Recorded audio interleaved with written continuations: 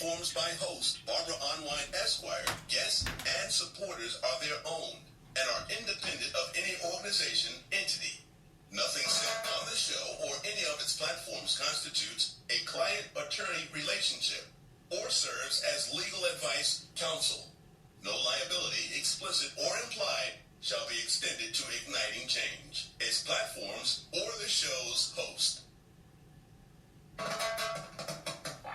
It's time now for Igniting Change, a weekly provocative and empowering program where you, the listener, can ignite change. Now here's your host, Barbra Arnwine. Get up, stand up. Good afternoon, everybody on the East Coast. Hey, to everybody on the West Coast, good morning. Good morning to all our good friends throughout the country. Also to the Midwest. We're just so glad that everyone has joined us.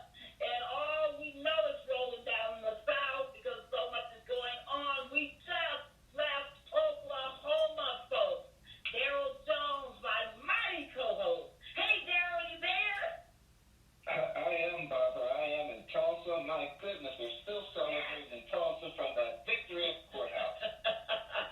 And we were so honored to be asked, not just show up folks, but the community of Tulsa, Greenwood, actually asked Daryl Jones and I to come and be with them on Sunday and to be with them yesterday in court. So Sunday we were at the church rally, and yesterday we were in court with a packed courthouse because justice finally was coming in the sense that in historically every single reparations case that was a class action has been dismissed at the stage of a motion to dismiss. They have never gone to full trial, full evidence, and so we were so happy that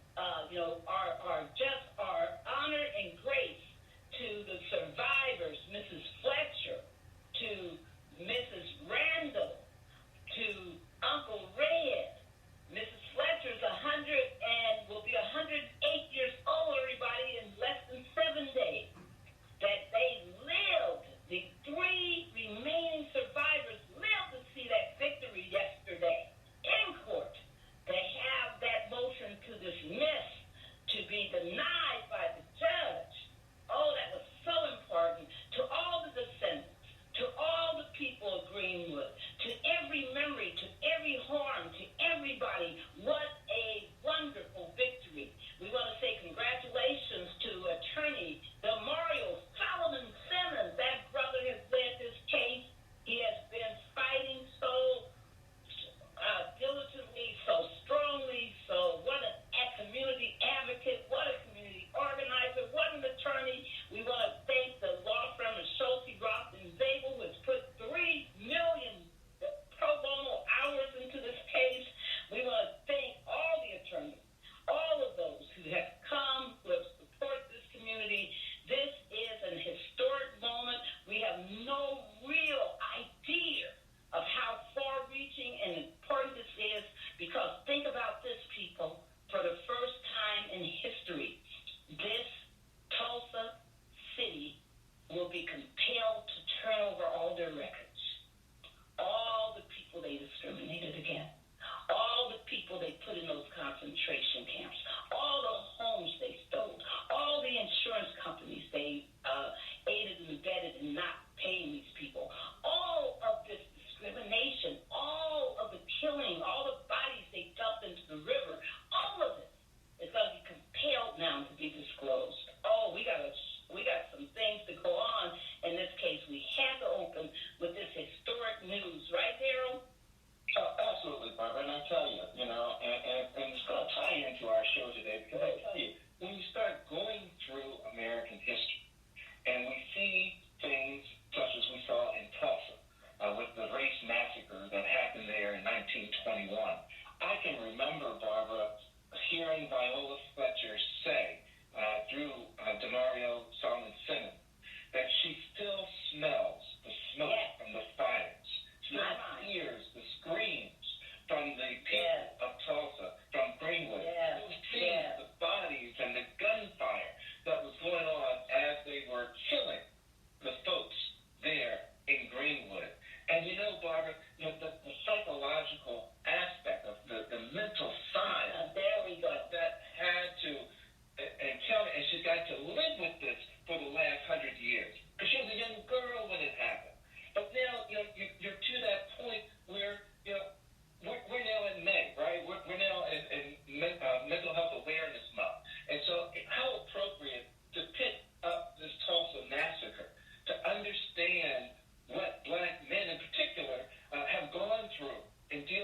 mental health issues based on the history of the country and based on things that are going on now. So appropriately, this show today, Barbara, we're dedicating to black men and mental health, shaking off the shackles of stigma and reaching out to go for help.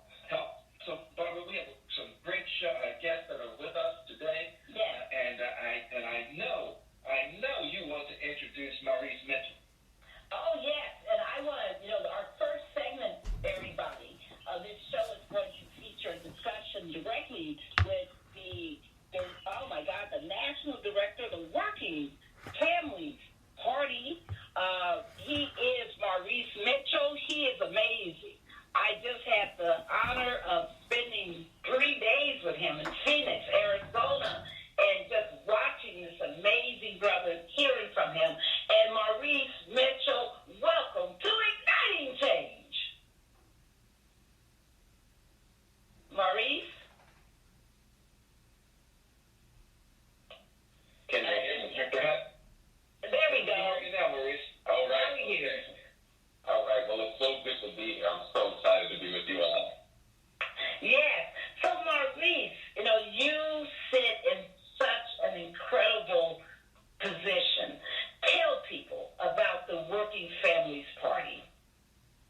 Well, the Working Families Party is a national political movement. It's a grassroots movement of everyday people that come together because we believe that politics should work for the many and not the few.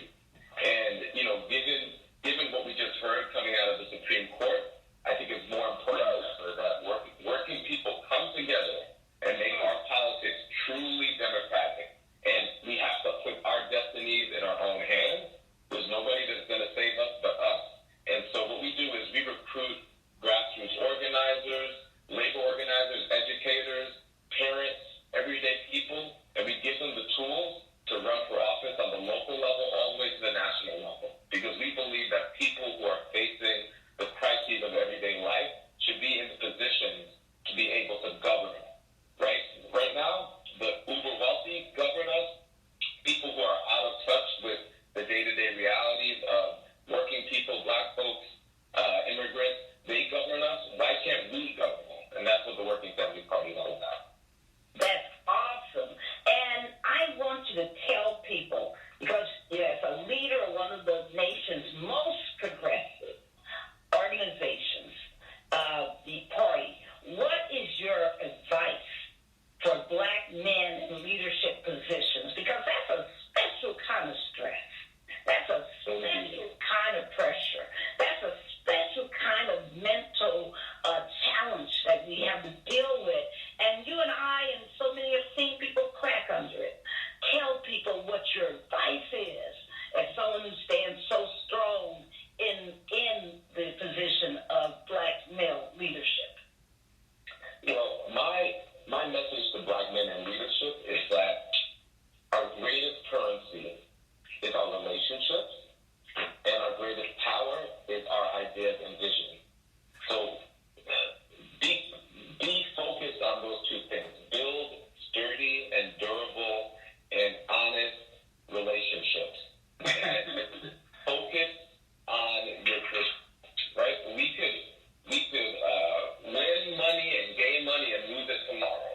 But vision is something that others will always have to come to you for, and nobody can take away from you. And your relationships will hold you when you're challenged. And the last thing is write down a list of your principles and make those rock-solid principles your guide and your North Star, and never betray those principles. You do those three things as leaders, and specifically as black men, and you'll be all right.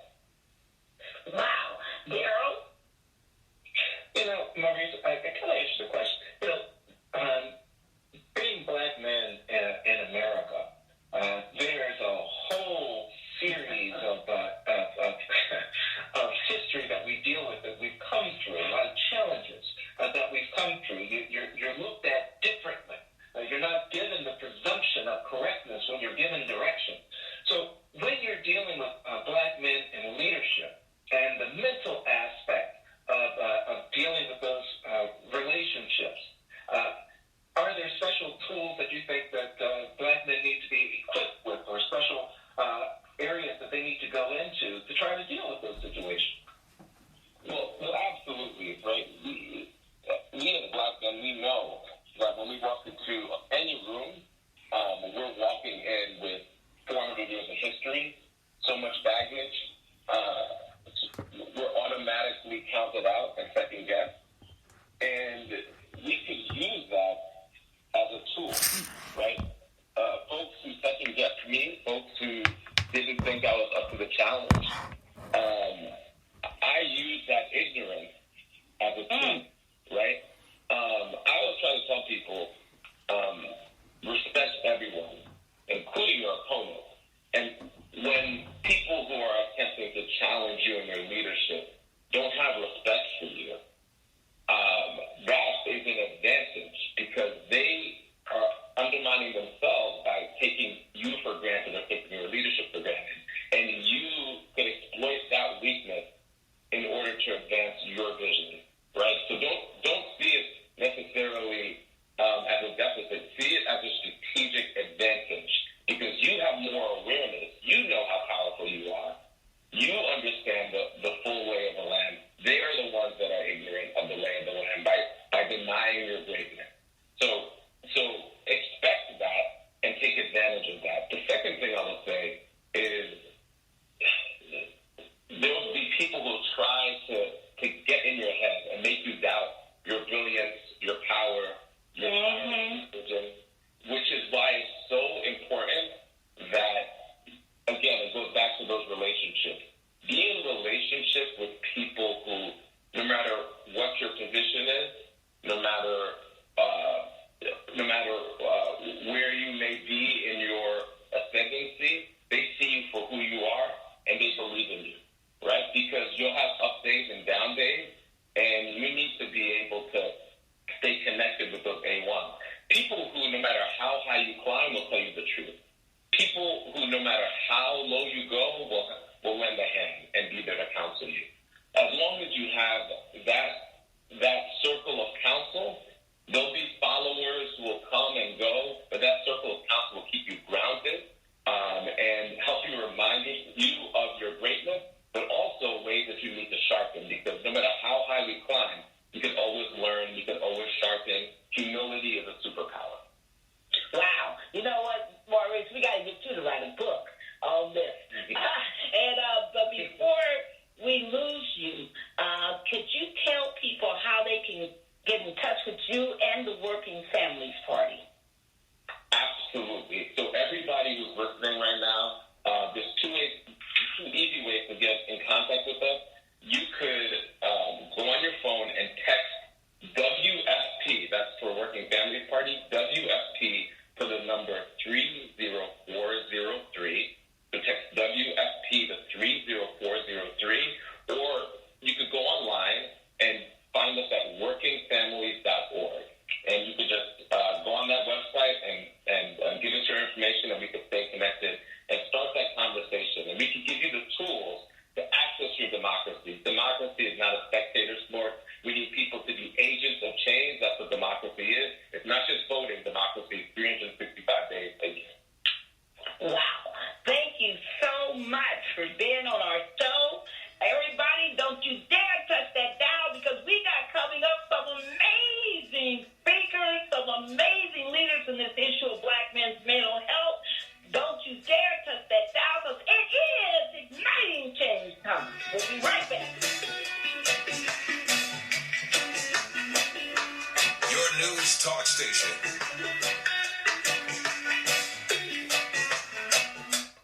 Good afternoon. Now this WOL traffic update on East-West Highway in Silver Spring, eastbound after Colesville Road before Georgia Avenue, right in downtown Silver Spring. There was construction in the right lane near Blair Mill Road, slowing things down a bit there in that busy section of East-West Highway through downtown Silver Spring. DC 295, north and southbound, very slow. Northbound, you only have 2 lanes getting by in the middle of the roadway for the new traffic configuration there, in delays up from the 11th Street Bridge, and southbound on DC 295 at Pennsylvania Avenue, You have all your lanes, but they shift over to the right, and the exit lane for Pennsylvania Avenue is significantly shortened, so that's a little bit of a difficult exit there. On East Capitol Street inbound at the Whitney Young Bridge, roadwork blocks one right lane, and not too bad to get through that. Southbound Branch Avenue after Suitland Parkway was roadwork in the left lane. Steve Hirschhorn for News Talk 1450 AM WOL, where information is power. All right, welcome back to Igniting Change. I'm Daryl Jones, your co-host here with attorney Barbra Arnwine as we co-lead the Transformative Justice Coalition. Folks, May is Mental Health Awareness Month, and we are recognizing Mental Health Awareness Month with this show, this special show that we're doing, where we're focusing on Black men and mental health. Specifically, it's Black men and mental health shaking off the shackles of stigma.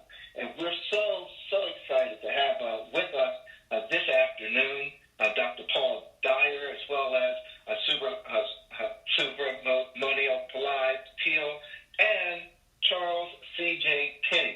Barbara, we have three wonderful guests that are with us. You know, we were down in Tulsa, Oklahoma, yesterday for the hearing on a motion to try to dismiss the case that has been brought by the three remaining survivors of the Tulsa massacre in 1921, the hearing being held yesterday. And one of the things that stands out from that was just remembering and hearing the history that these three survivors were relaying of what they went through psychologically, what they dealt with mentally. They could still smell the smoke from the massacre and the fires that were burning of their homes. They could still hear the screams of the people in the community. They could still see the bodies that were being gunned down in the streets there in Tulsa from this massacre. And I could only imagine the services, the mental health services that would be needed but not provided, whether it's because of the stigma that's there or whatever the situation may be. Those are the types of historical issues that we're bringing forward and talking about the Black men in America, their experience and where they stand now, and the whole stigma of getting help, of saying that I need somebody to talk to. And Dr. Paul Dyer, let me start with you. You know, you have such a wonderful background. You're an activist. Have a podcast, 4 PhDs, certified neuroscience, stress management, psychology. I've got to ask you, you know, am I incorrect when I talk about the stigma against Black men seeking mental health assistance? Dr. Dyer, you with us?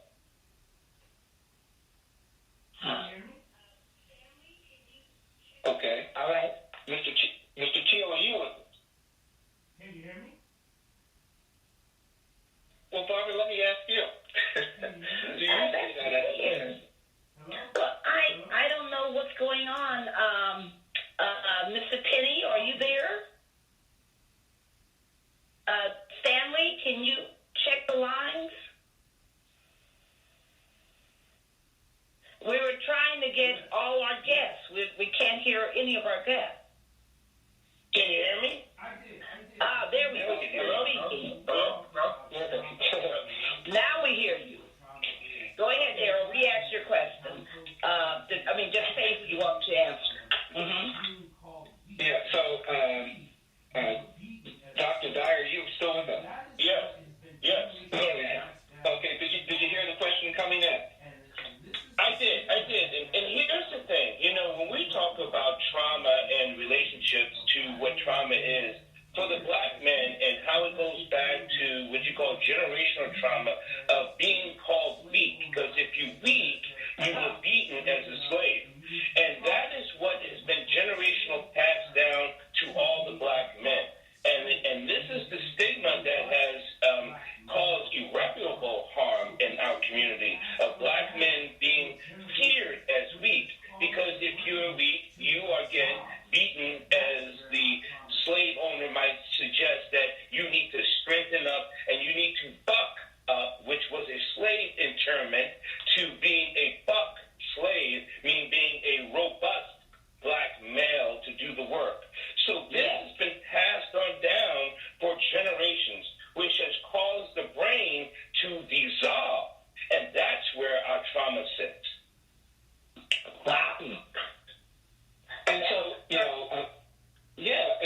Mr. Teal, how do we see that playing out today? You know, you're involved with Leading by Example, which is a phenomenal mental health program and self-development service company with locations all over the state of Maryland.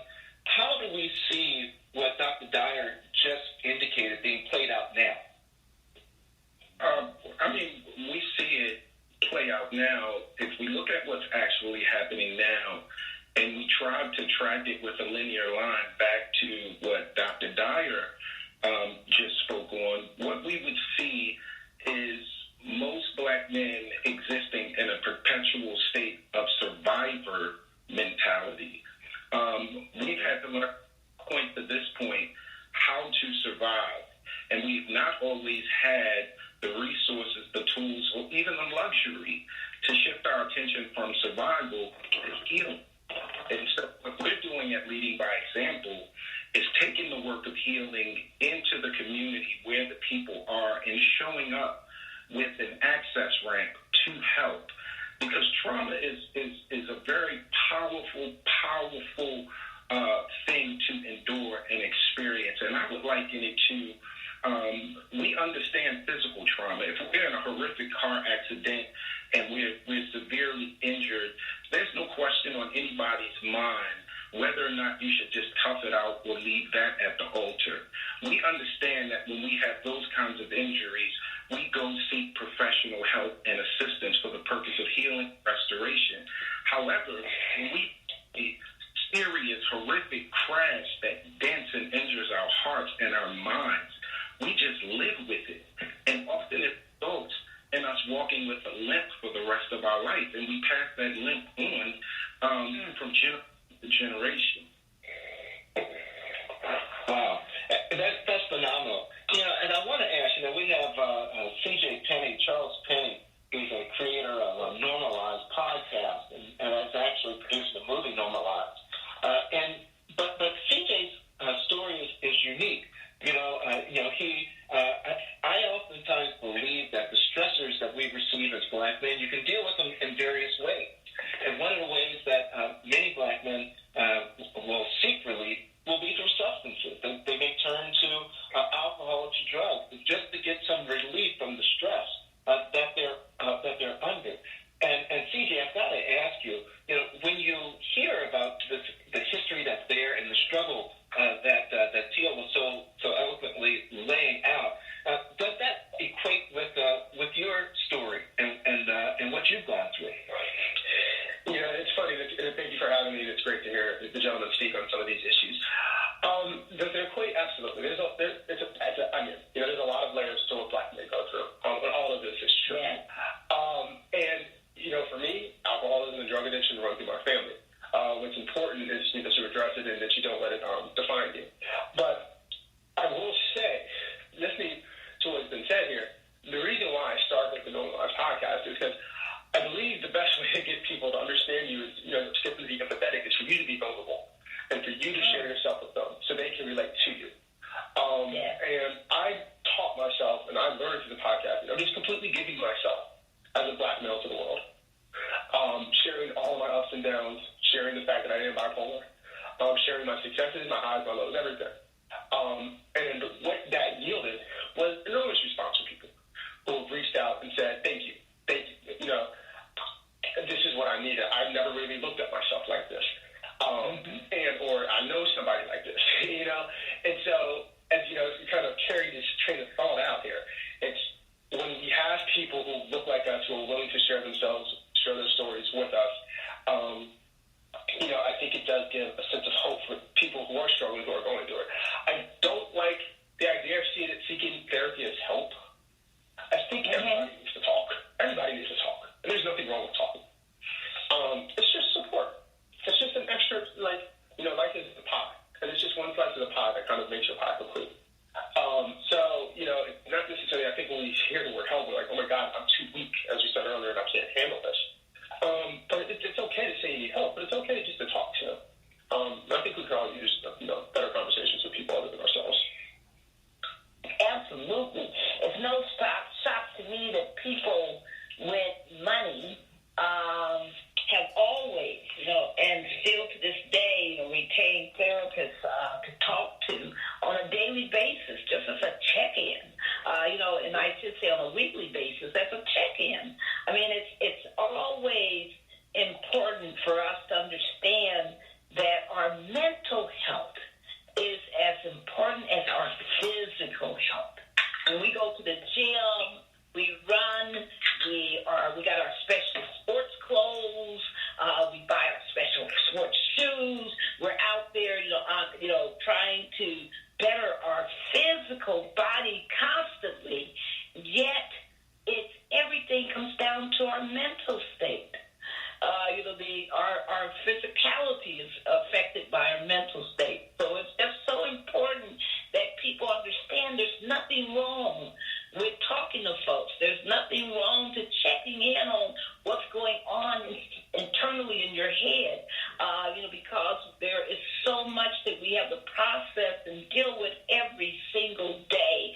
And I love you. Thank you so much, Mr. Penny, for just saying, I'm bipolar. That is a reality. And there's nothing that we should be doing to not encourage people to be good with who they are. Thank you. Being bipolar doesn't prevent one from success. I'm very successful in my career. Thank you. I did produce a film, Normalized, which just won at the DC Film Festival for Best Short Film. Yeah. We're now creating a television show. There's nothing wrong with being bipolar. There's a great Not at all. bipolar. You just have to learn how to manage it. And you have to accept it. You have to accept it. Absolutely. And, I just want to, Daryl, just say, that it's so important, that people accept and that we in the community not stigmatize. That's why, part of this show is about how we get away from the stigma, because people need to be embraced in their fullness in every beautiful aspect that we have. All right, Daryl, to you. Absolutely, folks. We're shaking off those shackles, the stigma. We're dealing with mental health issues and with black men in the community. Don't touch that dial, folks. We got a lot more to talk about here on Igniting Change. Here's the latest from Newsone.com. Organizers of the People's Convoy say they're returning to Washington, D.C. just weeks after they staged a demonstration in the nation's capital. The convoy expected to depart from Idaho on Thursday and travel to D.C. Organizers say the new convoy is much different than the first and is expected to pack more of a punch when it arrives later this month. Fairfax County has a new school superintendent. Jeff Plattenberg will start in July following the retirement of Dr. Phyllis Pajardo. Plattenberg is currently serving as the assistant superintendent for facilities and transportation services for FCPS. The 28th annual Blue Mass will be held today at St. Patrick's Catholic Church in D.C. The Mass will pay honor to fallen law enforcement agencies. This year, one officer will be specifically singled out, U.S. Capitol Police Officer Brian Sicknick. Sicknick died a day after suffering injuries during the January 6th Capitol riot last year. I'm Rick Hosho. When you're looking for news for Black America, go to Newsone.com. Igniting Change, where we are talking about mental health awareness month. We're specifically focusing on the question of black men and mental health. Shaking off the shackles of stigma. Oh, we got some amazing guests with us. Dr. Paul Dyer, who's an activist podcast host. He is a holder of 4 PhDs. He's certified in neuroscience, stress management, psychology. We also have with us Mr. Suma Teal, who is the licensed clinical social worker, clinician, co-founder of Leading by Example, a mental health and self-development service company with 3 locations in Maryland. We have also with us Mr. Charles C.J. Penny, who's the creator of the Normalized podcast, producing Normalized, the movie. And he has such an amazing story, and we've been talking with them because this issue of black male mental health is important. I've had so many black men who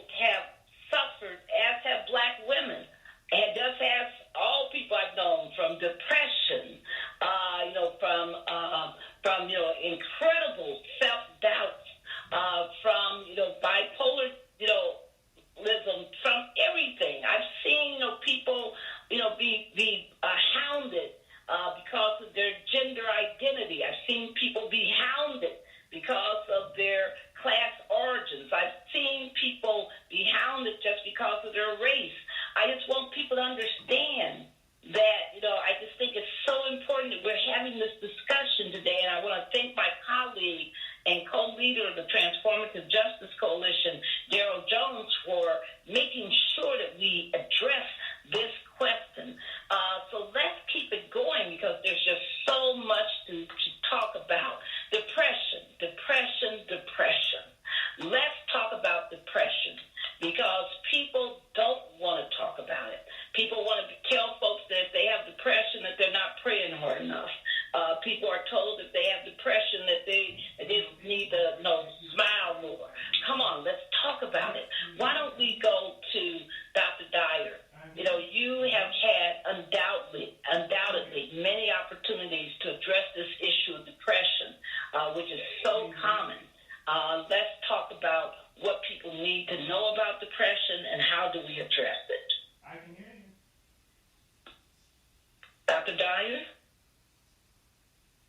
Oh, my goodness. I can hear you. Daryl?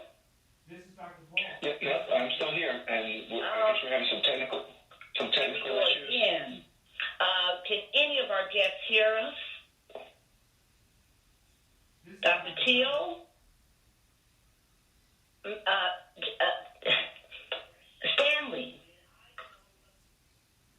Stanley? Oh, my goodness. We're sorry, everybody. Hopefully, Stanley, our engineer, will come back and solve this problem. In the interim, Daryl, why don't we just talk a little bit about this issue of depression? I mean, I know many people who have suffered from it. It runs heavily in my family. And, for years, we didn't quite know what it was because we didn't have the tools of mental, diagnosis. We were just told, all kinds of really unsavory things about what was happening. And so a lot of my family members turned to drugs and turned to alcohol to try to self-treat their depression because they, quote, didn't want people telling them they were, quote, crazy. But depression is real, Daryl, and I know that you probably have seen it also in your families. Oh, absolutely, Barbara. Depression is just one of those things that, it runs through every family, and sometimes, as you've indicated, it's not identified by family members and people that are there. And, one of the things has got to be having that ability to stand up and to recognize, A, what it is, and then B, be willing to get assistance to help in dealing with it. And it can, show itself and manifest itself in so many different ways. I'm hoping that once Mr. Stanley is able to get our guest back on the line, that Dr. Dyer as well as Mr. Teal and certainly CJ will be able to talk to us because we know that CJ, Barbara, has been dealing directly with depression and its manic states and dealing with the bipolar disorder that he has described. But a large part has got to be, shaking off those shackles of what you've identified. It is not a sign of weakness that you need help. It's a sign that you need help. You just need somebody to talk to. You need someone to go to. You need someone to run ideas by, and for someone to give you the encouragement and direction of how to deal with what's going on in your life. And that's a large part, I think, of, Black men in particular. We're taught to be loners, to hold it in. Don't cry, suck it up, figure it out, go forward, be a loner, do it yourself. You can't show any signs of weakness. All of those are signs of weakness. So those are things that we very, very much have to deal with on a daily basis.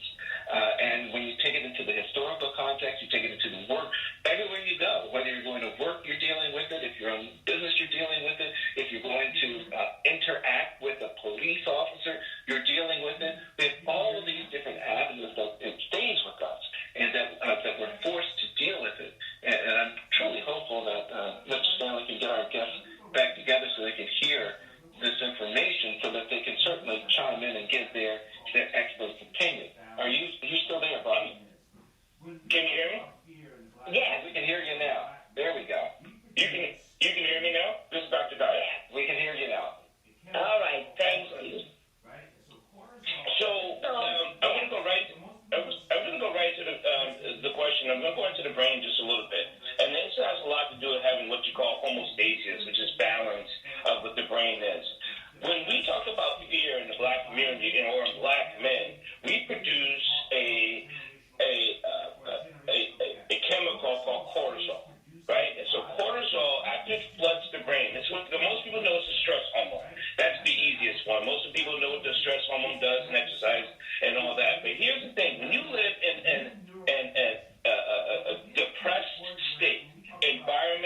or family or things you taught from a generational curse or a generational gap. Cortisol stays producing in the body, which happens to what you call, it kills brain cells, right? And that's that apoptosis. Apoptosis is the death of cells, which means that you cannot have new neural connections. And when I'm getting to the point where when we talk about a black men need to focus and have intention, it's going to be hard, but just like my other guest said, when you're living in a survival state, you do not have what you call prefrontal action. Your prefrontal cortex is not generating enough neural connection. So that means you cannot have what you call a cognitive state of a now state, of what you call reality or cognitive process. You do not have balance of state. You do not have homeostasis. So you're always in the fear, flight, freeze mode and part of the amygdala of the brain. So that means your frontal part of the brain is all blackened out. This is why our youth cannot ever take action. They do not have what you call ever cognition because they're such in a cortisol state, a high sense of cortisol, which dumps it into the liver, which makes it angry, which it produces an angry liver, which produces more cells going out into the brain, which causes you to fight more, to be more aggressive. All this is caused by what you call a fear factor. If the black man is constantly in fear, how can they ever vote for change? How can they ever want change when they don't even know how to have a cognitive state because they're always what you call they're not in homeostasis. And that's because of the different chemistries coming from the brain. I just wanted to get that out there. Well, and I appreciate that, Dr. Dyer. And you know, Mr. Hill, I've got to ask you, because part of what I hear Dr. Dyer saying is that when it comes to, let's say, our teens, right, our young black teens or our young black men, you got to meet them where they are because, in order for them to want to have or know that they need services, you got to be where they are. You can't come from 10,000 feet in the air and they're down on the ground. And I think that's a part of what I think leading by example does. Is that correct? Yes, sir. I mean, we are a community behavioral health, a community-based behavioral health company, which means that we take a lot of the services that we're talking about today into the community. We put licensed therapists in the homes, in the living rooms, with families who are experiencing an immense amount of distress. We also provide intensive wraparound services to prevent children from going to psych hospitals or if they're being released from the hospital, to support them and their family through family strengthening efforts to be able to sustain and keep their children home safe and healthy.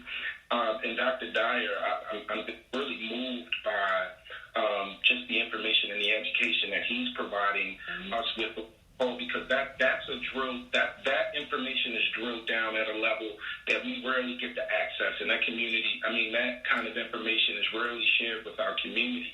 I would want to add to what Dr. Dyer said.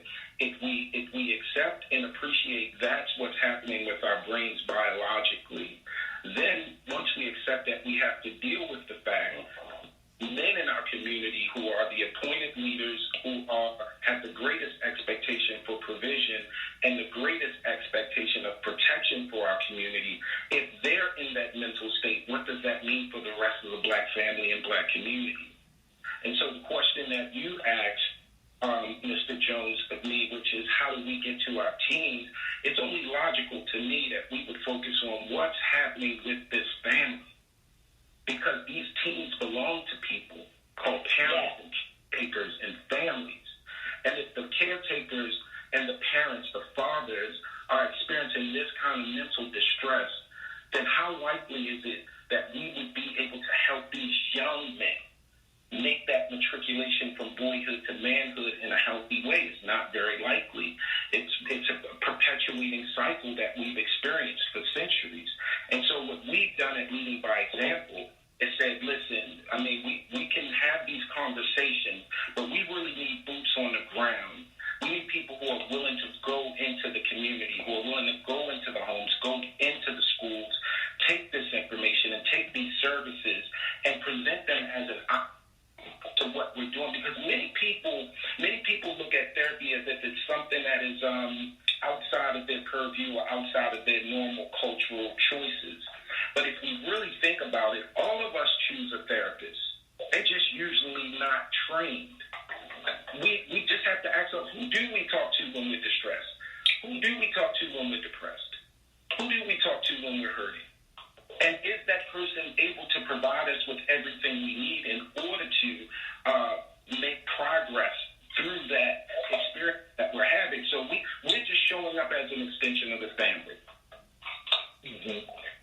And Mr. Payne, when I hear that, what was your experience? Who did you turn to at your lowest moment when you finally realized that you needed help with the drugs or the alcoholism or the psychological issues that you were doing? What was it that connected you to someone, to something, to put you on the path where you're now leading one of the major transit authorities in America? Just to be clear, I'm leading the infrastructure program for the Infrastructure. Yeah, infrastructure on the private side, yes. But, what did I turn to? Well, at first I did turn to women. I turned to drugs or alcohol. That is probably what a lot of men turn to. But you can only keep turning to that direction for so long. I was forced to get help because I got into an accident on the BW Parkway on the Baltimore Way, going 90 miles an hour in a blackout. A 4-hour blackout. And hit somebody. Now, fortunately, nobody died. Nobody was even injured, and I walked away without a scratch. But I was forced to think about things. When we talk about depression, I think sometimes we don't really know what depression is. Like, I like to kind of talk about what my symptoms are. So, like, when I'm depressed, I can't sleep. I'm irritable. And sometimes it seems like it's stress, but that's not stress. It's a form of depression for me. And being forced to talk about it, but to address it on a daily basis is quite honestly what has to happen. I mean, it's taken you so long to get to this point. Every day of your life, it took you to get to this point. So it's not going to be just like that we just turn this off. We can tell the chemistry behind it and think that everything is going to be okay. I mean, boots on the ground is right. We have to talk about this all the time. It has to be second nature to us. We have to acknowledge it. We have to express it to others so others can empathize with you. And they may not say something to you at that moment when you're sharing it with them, but they're really, and it will plant that seed. I've seen it with my podcast. I've seen it with my movie. But I was forced to address it. Unfortunately, you don't want people to have to go through that. So it's really getting people to understand what depression looks like, understanding the symptoms of it, and then trying to figure out a way to make a concentrated effort to deal with it on a daily basis. And when we come back from this break, we're going to talk more about what the symptoms are, what people should be looking out for, and how do we help each other. This is a great show. Don't you dare touch that dial. You want to hear more about Black men and mental health. We'll be right back.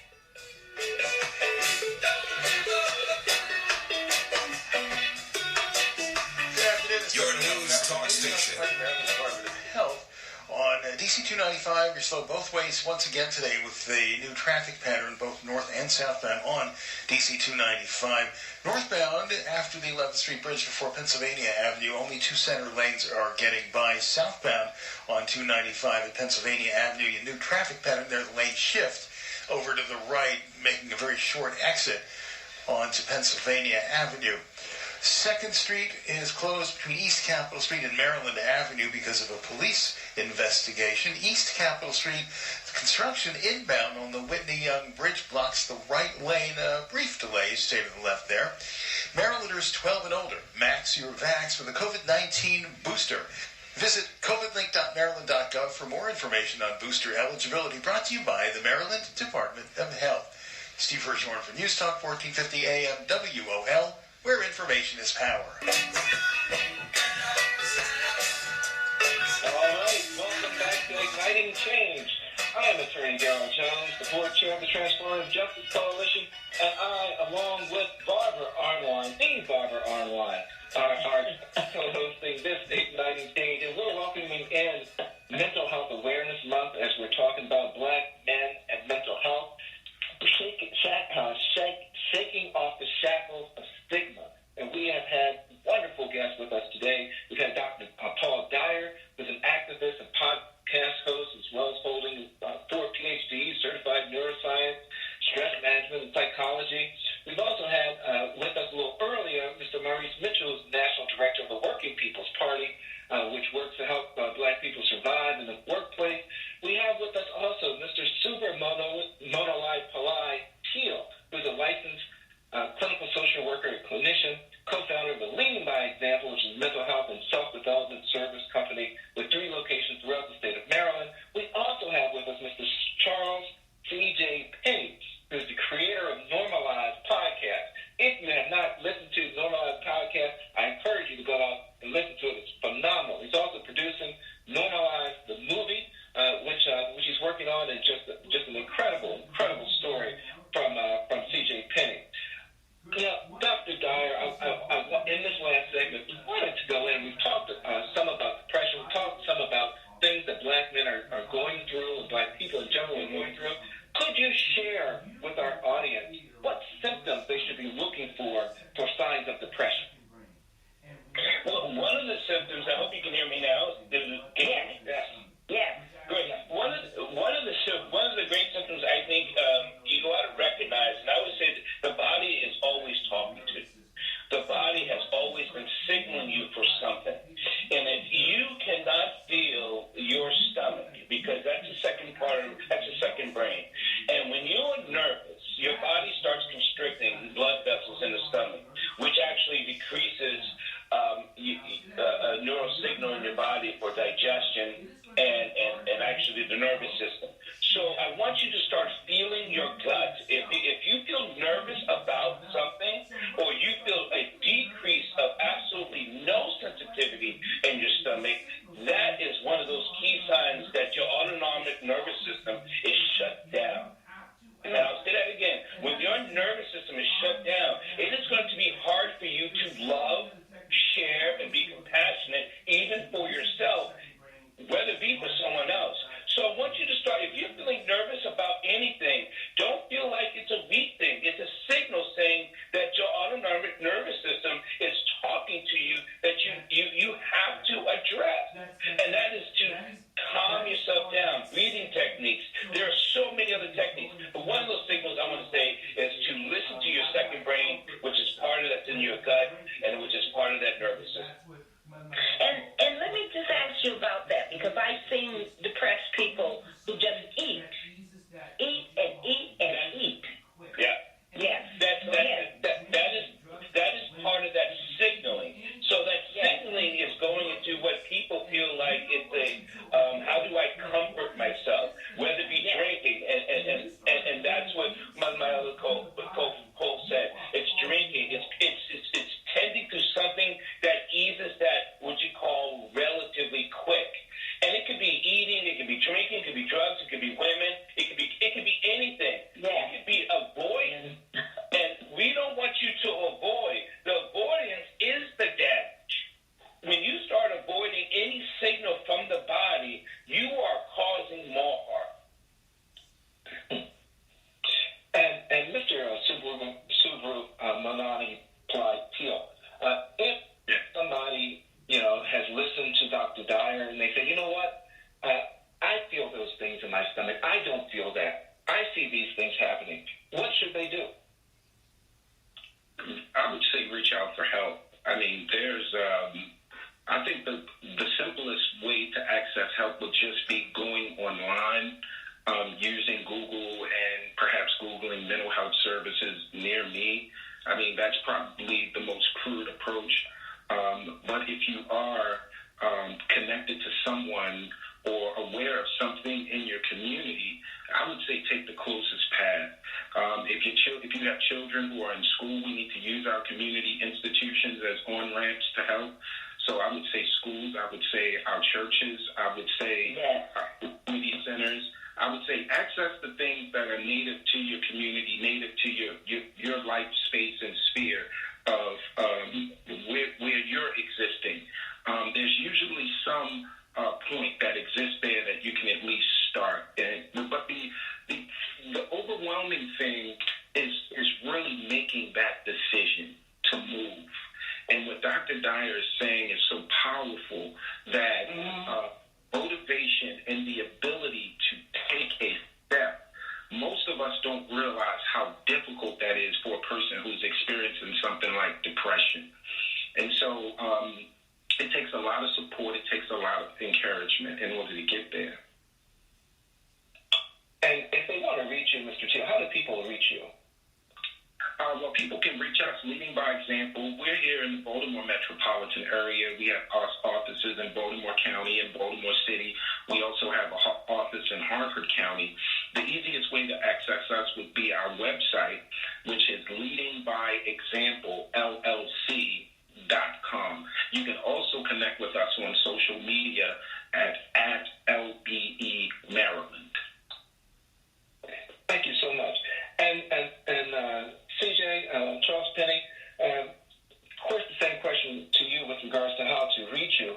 But if there is someone that's out there and they're listening to this show and they're thinking, I'm struggling with mental health issues, I'm struggling with alcoholism, I'm struggling with drug addiction, what message would you like to say to that person with regards to their struggle and getting help, and of course wrapping that in with how to follow you? Yeah, that first step is the hardest. That first step of acceptance, of acknowledging that you're powerless over certain things, that's definitely the hardest. That's why the first step. But I think it's important that they understand that they're not alone, and that there are resources, people that are available to help them. It's not an easy process. You're probably going to go through it a couple times and fall down, but you have to continue to keep moving forward. What choice do you have? And there's another option in life, and that's the one that we're all trying to avoid. So, it's that you're not alone, but you have to, deep down there, just look at yourself and say, I have a problem. You have to accept that to yourself first.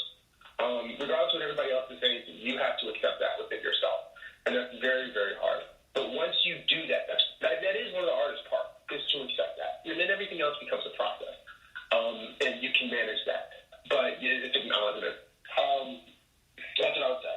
And, just share with people. Share with people how you're feeling.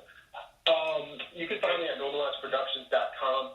That's where you can find the podcast. The short film, again, just won at DC Film Festival. We're running a couple other festivals. Also, we're working on a network television show right now, which does talk about black male mental health. That's something that I'm trying to do my part. That's something you don't see when you turn on the TV.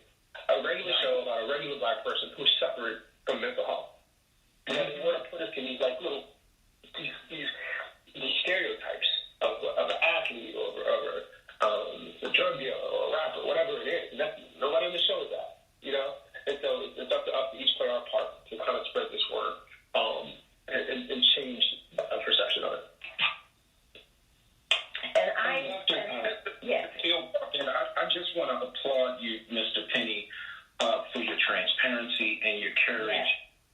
What you are doing is absolutely phenomenal. And the thing that stops many of us from taking that first step is a sense that we're all alone.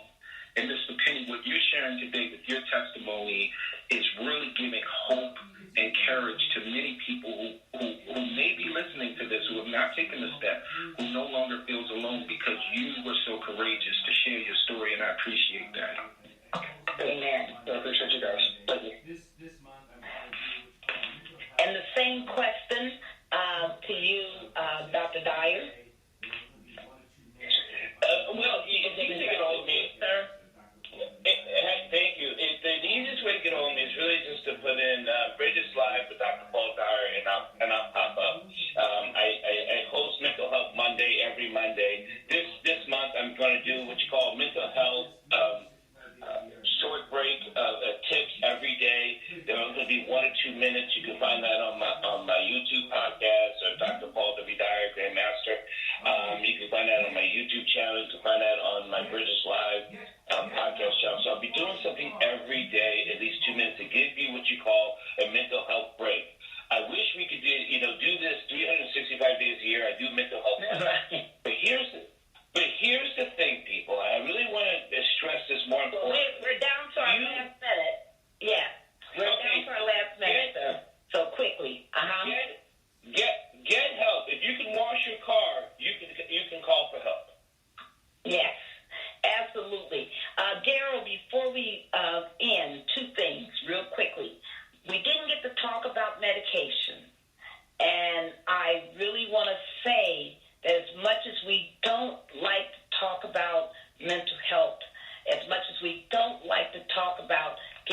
counseling and other assistance and support. We also don't like to talk about taking medication that is prescribed by a real specialist who knows that it's good for you and that you may need it. And we don't talk about our diet and other things that we can do to improve our mental health. So we're going to have another show on this subject. I hope all our guests will return and that we'll be able to keep having this discussion all year long because there's nothing more important than our mental health. To you, Daryl. Thank you, Barbara. Folks, we're igniting change across this country. Today, we're talking about igniting change within yourself. Getting a hold of any mental health issue that you may have or your loved one may have and getting them assistance because there is no weakness in getting help. Until next week, we'll see you next Tuesday at noon Eastern Standard Time here on Igniting Change. Peace, everybody. Vote Indiana, vote Ohio. Vote Indiana and Ohio. That's right. Right. Vote Indiana and Ohio.